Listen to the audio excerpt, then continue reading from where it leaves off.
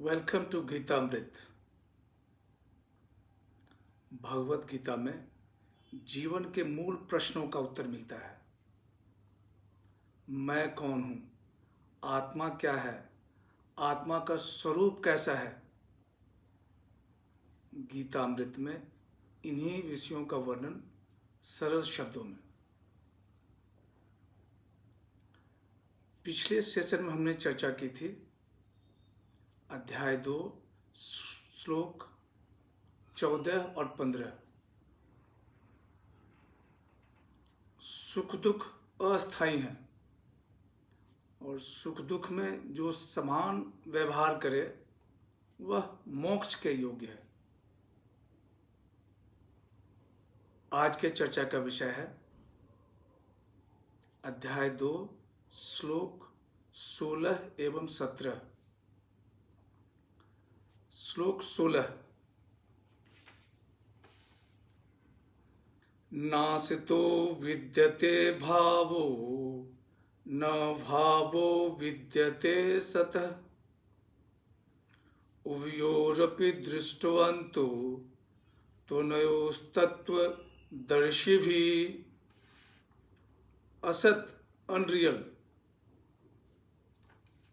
सत real.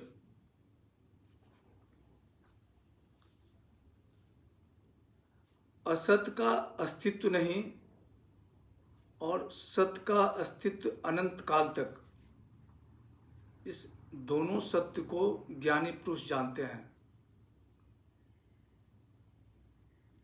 The unreal has no existence and the real never ceases to be. The knowers of the truth know this. यहाँ असत शरीर को कहा गया है और सत आत्मा को। न भावो विद्यते सतः, सत का अस्तित्व तीनों काल में, भूतकाल, वर्तमान काल, भविष्यत काल, और असत का अस्तित्व केवल वर्तमान काल में। सत अस्थाई है और असत हमेशा बदलता रहता है। यह शरीर निरंतर बदलता रहता है। शरीर नश्वर है और इसका नाश निश्चित है। ज्ञानी पुरुष इस दोनों सत्य को जानते हैं। विष्णु पुराण में कहा गया है कि आत्मा सत्य और सब कुछ असत्य। अर्जुन के शोक का कारण है कि उसके पितामह, उसके आचार्य, उसके स्वजन युद्ध में इनकी मृत्यु हो जाएगी। भगवान श्री कृष्ण कहते हैं कि हे अर्जुन, मृत्यु के पश्चात भी इनका अस्तित्व रहेगा। अस्तित्व कैसे रहेगा इसके बारे में दूसरे श्लोक में।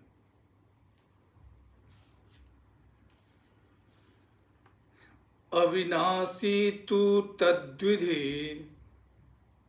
येन सर्वमिदं ततं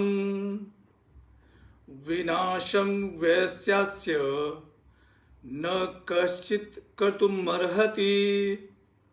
अविनाशी जिसका नाश न हो, विद्धि जानो, ततम व्याप्त परवेटेड, कश्चित् कोई,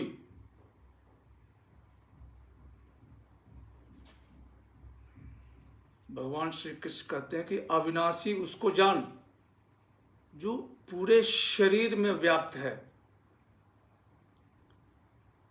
इस अविनाशी आत्मा का कोई भी नाश नहीं कर सकता। No that which pervades the entire body is the eternal soul.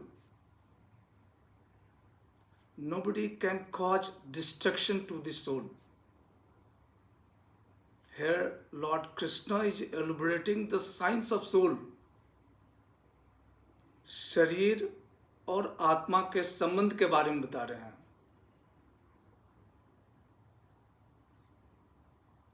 आत्मा अविनाशी है और ये पूरे शरीर में व्याप्त है। मृत्यु के पश्चात भी आत्मा नष्ट नहीं होता। आत्मा अविनाशी है, इसका नष्ट कोई नहीं कर सकता, ईश्वर भी नहीं। देह के नष्ट होने के बाद भी देही नष्ट नहीं होता, ये अविनाशी है। अब शीशे के ग्लास से रोशनी आर पार हो जा रही है। यदि शीशे का ग्लास टूट भी जाए तो रोशनी पे कोई असर नहीं पड़ता।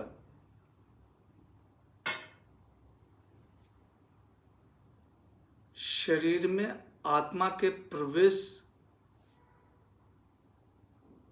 पूरे शरीर में चेतना का संचार हो जाता है। जब तक शरीर में चेतना है, जब तक शरीर में आत्मा है, चेतना है, कॉन्शसनेस, आत्मा का शरीर को त्यागते ही चेतना समाप्त, शरीर स्थूल हो जाता है। भगवान श्री कृष्ण कहते हैं कि हे अर्जुन, मृत्यु के पश्चात भी तुम्हारे स्वजनों की आत्मा अमर रहेगी, इसलिए तुम अपना शोक का त्याग कर अपने कर्तव्य करो। तुम्हारा कर्तव्य युद्ध करना है और तुम युद्ध करो। आज की चर्चा यहीं समाप्त करते हैं।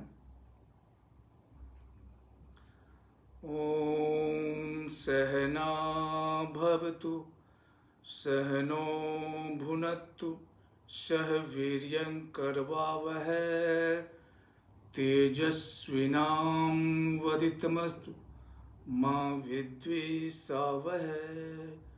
ओम शांति शांति शांति।